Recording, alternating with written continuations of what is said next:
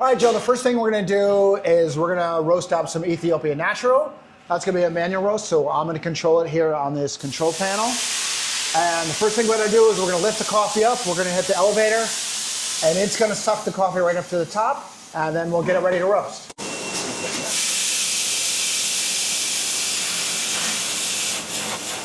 This Cropster is our roasting software. I've already loaded up our profile here. And then over here, I just have to hit, we're gonna start a roast. We're gonna come in here, we're gonna select our coffee, Ethiopian Natural. All right, we're doing 15 pounds. It automatically knows my start temperature. All I have to do is hit start auto charge, and it's gonna get it ready to go. Once it gets to the proper temperature I wanna drop at, a door will open up in here, and the coffee will automatically drop down into the roaster, and we'll start roasting.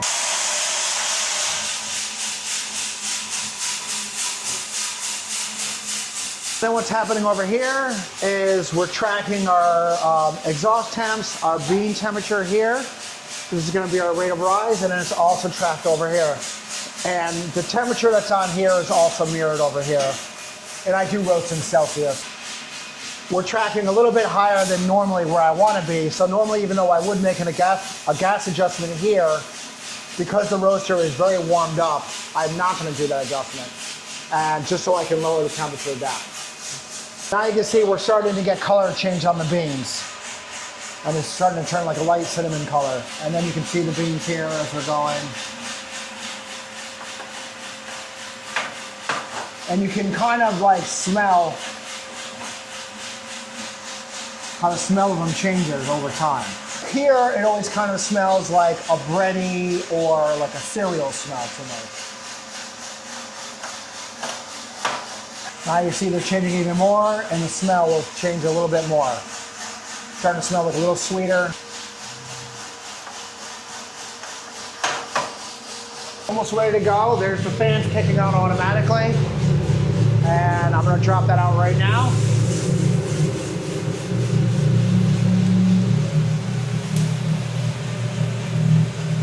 And then what we're gonna do is we're gonna save this roast, and I'm gonna print out a tag. Every batch of coffee gets a unique identifier number, and that's so we can do QC on it. It records the batch, the time, the weight, and then we'll weigh the coffee and then color grade the coffee, and that's part of our QC process. And we take that out, take out these little trays, sample trays, this little ruler, and then we run it again. We're gonna grind all this up and start our refractometer. And basically what it's gonna do is shoot light down onto it to measure the color grade of the coffee. Because color is the biggest predictor of coffee, of what coffee is going to taste like. So as long as it's within about 3 points plus or minus of what we said it should be, you know, we decide what that's going to be. Then it can pass and move on to get packaged. I'm going to put this in here, and I just need to smooth it out. Make sure there's no pockets in here or dead spots, because all those can affect how much light is bouncing back. I'm going to put this down here. And then I'm gonna shoot it 3 times from 3 different sides just to make sure I get an average. And so it's 106.8, so that'd be 107. I'm gonna shoot it again, 107, one more time, 107. And then I'm just gonna take this and I write down 107. And then later on we go into our roasting software and we record that number, and then we compare it against prior roasts. And as long as, again, it's plus or minus 3 points, then we allow that to pass on.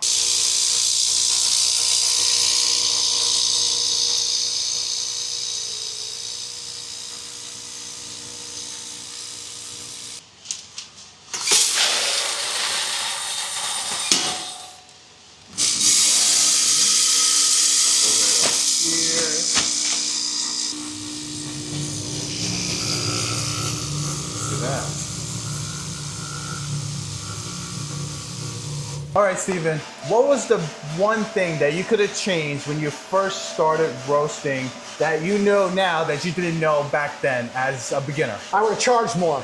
Or like a procedure or something that, like a hack that you, probably that's, you gotta have procedures. You gotta have a regular way that you go about doing your work all the time. You have to, you know, a lot of people call them between batch protocols. You just gotta start your roaster the same every single time. You let it warm up the same amount of time. And between every batch, you have to set your next roast up to bring the level up to whatever you need it to be. That way you get more consistent results every time from time to time. And that's something you just don't know until you get some experience in it. What do you prefer when you drink your coffee? You drink it black, or do you have to have milk or creamer? I'm always black. Always black? Yeah. All right. And when I drink an espresso, my espresso drink of choice is a cortado. Cortado. Because I like the ratio, the equal parts of milk to coffee. I like it pretty strong. Yeah.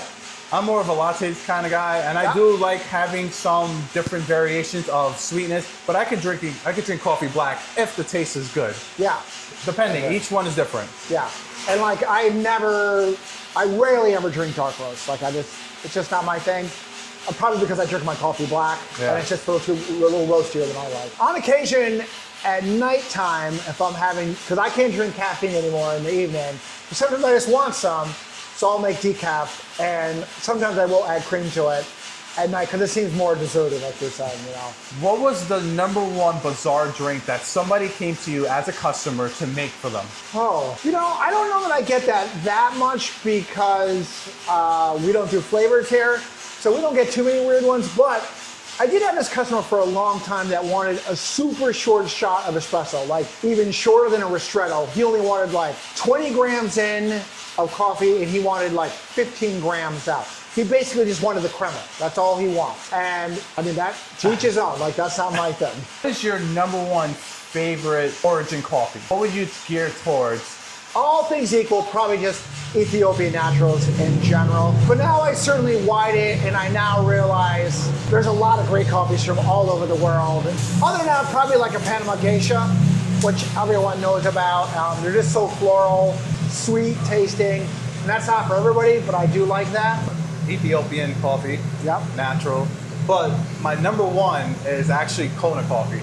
Don't know why, but just Kona coffee for me is just there. What do you like about it? The taste, creaminess to it, the creaminess to it, the nuttiness, and then like the macadamia nut type of, like the chocolate notes, the macadamia nut notes.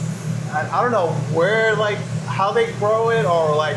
Well, they have a very rich soil there from the volcanoes, and they're lower elevation, so that brings out that nuttiness and creaminess because they mature faster versus an Ethiopian. Yeah. And that's why I love Kona coffee. By the way, quick note, that's the only area in Hawaii that makes coffee in the US. That's it.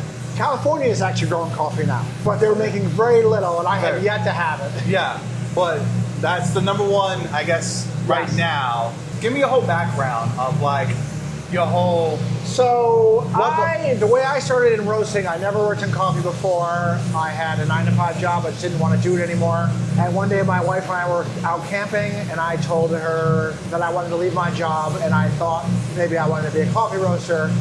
And she said, "Do you know how to do that?" And I said, "Nope, I'll figure it out." And I legitimately bought a 15-kilo roaster, and we started in my garage. And initially I only did wholesale and online, and then I started doing the Del Mar Farmers Market here. And then in 2017, we started building out the shop out in front, and we opened in 2018. And we've grown, and then in 2022 we took over this space and moved our roastery into here so we can have more room and so the front can just be cafe. What gave you the idea to just jump into coffee and become a roaster? Like, what was your passion for that? I think I was just curious about coffee, and I just always wanted to do it. And I wasn't sure if I wanted to do the retail side of it. My wife definitely didn't think I wanted to do the retail side of it. So I figured that was a good way just to try it out. If it didn't work out, I could always just sell the roaster. It wouldn't be that big of a deal if it didn't work out. Was you always coffee connoisseur in the beginning before you started, or? Kind of, but my tastes have definitely evolved over time. Yeah. Okay. I certainly used to like a more medium roasted coffee back then when I first started, and then I gradually started liking more lighter roasted coffee. Probably more because I was in control. Yeah. Just to let you guys know that Steven is a master roaster. He's very passionate when it comes to making sure that those beans will be really great for you guys when you make that perfect cup of coffee every time. Yes. So always stop by Brewtus Roasting, get yourself one of his beans or one of his coffee, and brew it at home. It's the best coffee out there. I love it. He was a great guy, always there to help. Always glad to have you. Yeah, always glad to be here to get to see the whole roasting process overall. Yeah, I always love showing it off too. Yeah. Well, thank you, Steven. Thanks for coming out, buddy. No problem. Thank you.